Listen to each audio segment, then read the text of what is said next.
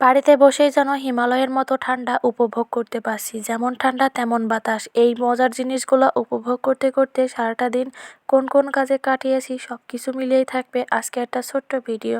Hello everyone, কেমন আছেন সবাই? আই হোপ সবাই ভালো আছেন। আলহামদুলিল্লাহ, আমরাও ভালো আছি।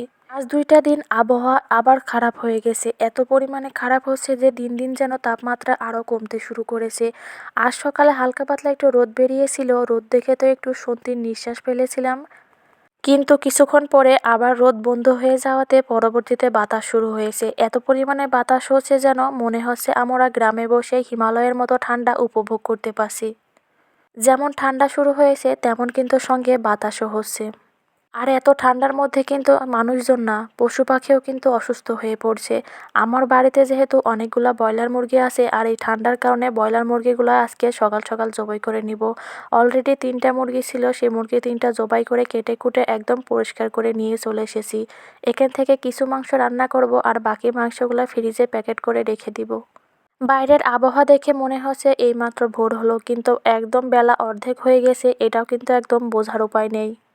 এদিকে আমাদের জন্য মুরগির মাংস রান্না করছি, অন্যদিকে আমার ছেলেটার জন্য বেগুনগুলো ভাজি করেও নিয়েছি। মাংসগুলো একদম মশলার সঙ্গে ভালোভাবে কষিয়ে নিয়েছি। রান্নাটা একদম শেষ হয়ে এসেছে। শেষ পর্যায়ে একটু লবণটা দেখে নিয়েই তরকারিটা নামিয়ে রেখে দিব।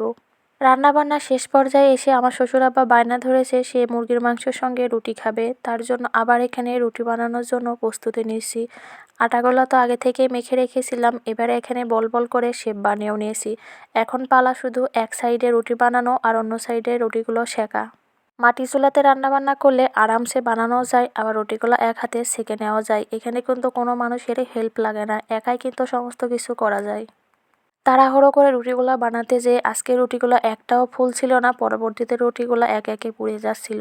যাই হোক, অনেক কষ্ট সাধ্য করে রুটিগুলো বানানো হয়ে গেছে। এখন শুধুমাত্র 2 থেকে 3টা রুটি বানানো বাদ আছে। একে একে সবগুলো রুটি বানানো এবং সেঁকাও হয়ে গেছে। শেষ পর্যায়ে এসে আমার ছেলেটার জন্য ছোট্ট একটা রুটি বানাবো।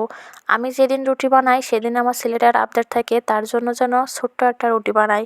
সেই আবদারের জন্য ছোট্ট করে তার জন্য 2 থেকে 3টা রুটি বানিয়ে এভাবে সেঁকে রেখে দিই, পরবর্তীতে সে খেতে পারে।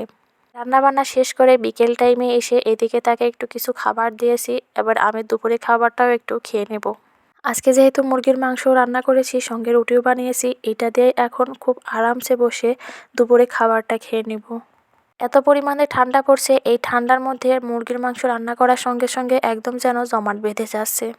আমার কাছে মুরগির মাংস দিয়ে রুটি খেতে বেশ ভালোই লাগে। সব কিছু মিলিয়ে আজকের ভিডিওটা এ পর্যন্তই। আপনারা এইরকম ঠান্ডার দিনটা কেমনভাবে কাটিয়েছেন সবাই কিন্তু কমেন্টে বলে যাবেন। আল্লাহ হাফেজ।